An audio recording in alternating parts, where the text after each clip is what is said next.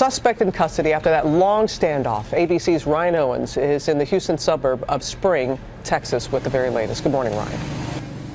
Good morning to you, Robin. Behind me is the home where this happened. 7 people here shot, 5 of them children, 1 just a 4-year-old boy. And what happened after the gunman left this house? Well, things got even more dramatic. A dinner-time car chase through the crowded streets of suburban Houston that ends in a standoff with a gunman in a cul-de-sac dotted with huge houses. Frightened families forced out of their homes for nearly 4 hours. The mayhem started at 6 p.m. Detectives say 34-year-old Ron Lee Haskell opened fire in the town of Spring, north of Houston. Authorities say he shot 5 children plus 2 adult family members who were looking after them. A violent end to a domestic dispute he was allegedly having with his estranged wife who lives out of state. Only 1 victim would survive, a 15-year-old girl. Police say she called 911 despite being shot in the head and told them the gunman was on the move. The car has yet to be stopped. She probably prevented more bloodshed. At 6:17, police catch up with Haskell in this silver car after chasing him for 4 miles before throwing down a spike strip.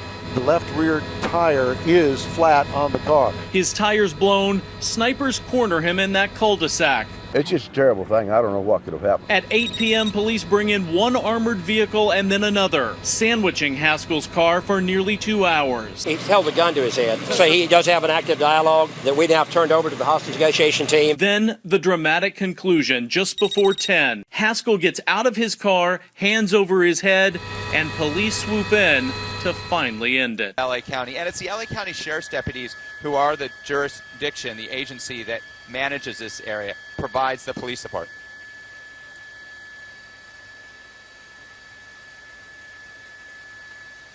Part of the RAM. Yep.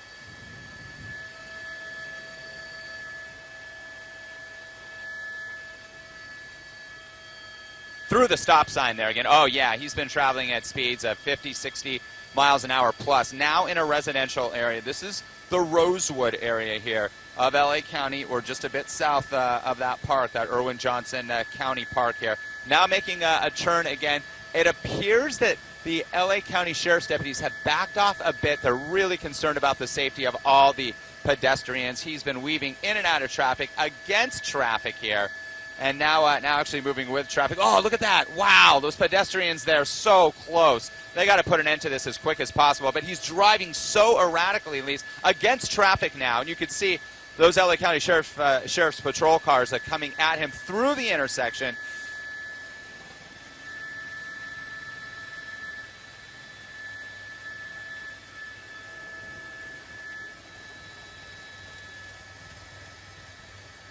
Northbound on Avalon now, Lisa. To the right is that Irwin Magic Johnson County Recreation Area. He's going back into the park. Made a right turn from Avalon Boulevard into the park. This is an unincorporated area of LA County in the Rosewood, Willowbrook area, essentially just south of South Los Angeles, south of the 105 freeway, if you're not familiar with this area. Now he's just using the park path and the dirt path here to try to evade officers. We are trying to ascertain from our assignment desk, and if they have any information for me or for you, Lisa, if they can get in your ear, why this individual is being pursued. And we don't know that. All we're hearing is failure to yield. That's all we heard.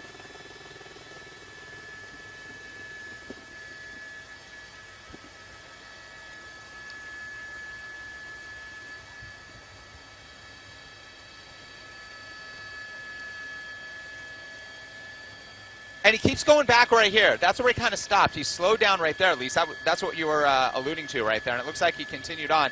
Unclear if he knows somebody there. He wants to get to that location. We just don't know. And again, I always mention that a lot of times these suspects trying to run, they're so desperate, and they go to an area that they know or try to connect with somebody. Usually, not all the time, but they do have cell phones, and maybe they're calling a friend, somebody who might want to help them out, a family member, but obviously those family members, the right thing to do is tell him to stop, to not put anybody else in danger. And we don't know yet right now, Lisa, if anybody has been injured. The way he's been driving so erratically, it's very possible he may have collided with another car or hit a pedestrian. We don't have any of that information at this point. Now back onto the street.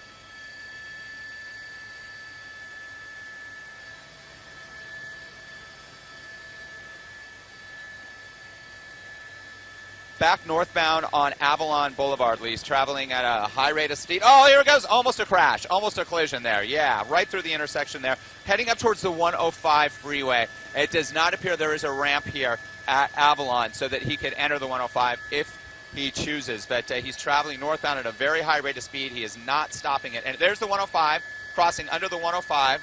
There's the green line there that is in the center of the 105 freeway. He continues northbound up Avalon here, now into South Los Angeles. This erratic pursuit here. We heard about it on Scanner. You did ask. I'm sorry, Lisa. We heard about it just after 1 o'clock this morning. That's when we first picked it up.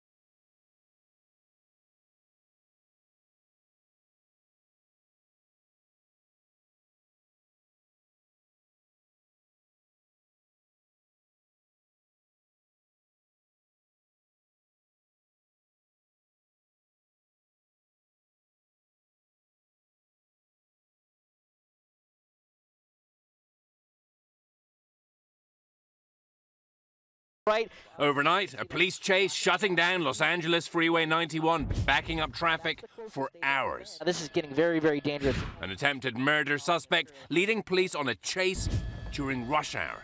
It could get very desperate here. Weaving in and out of traffic through multiple counties, slamming into cars along the way. Okay, he did hit that car, made contact 2-3 cars, ripping the sides off, mirrors are flying. Nearly a dozen patrol cars in pursuit of that black Mercedes. Police throw out a spike strip, but the suspect continues on. You can hear officers yelling at the driver. Tires all blown out, sparking, driving on rims. You see the canines are coming out, the high-powered rifles are coming out, the shotgun's coming out. They are screaming commands at him to get out. But right now, this is the situation. Police use a long pole to smash the rear window of the suspect's car. They drop in a canister of tear gas that sends the man fleeing from the car.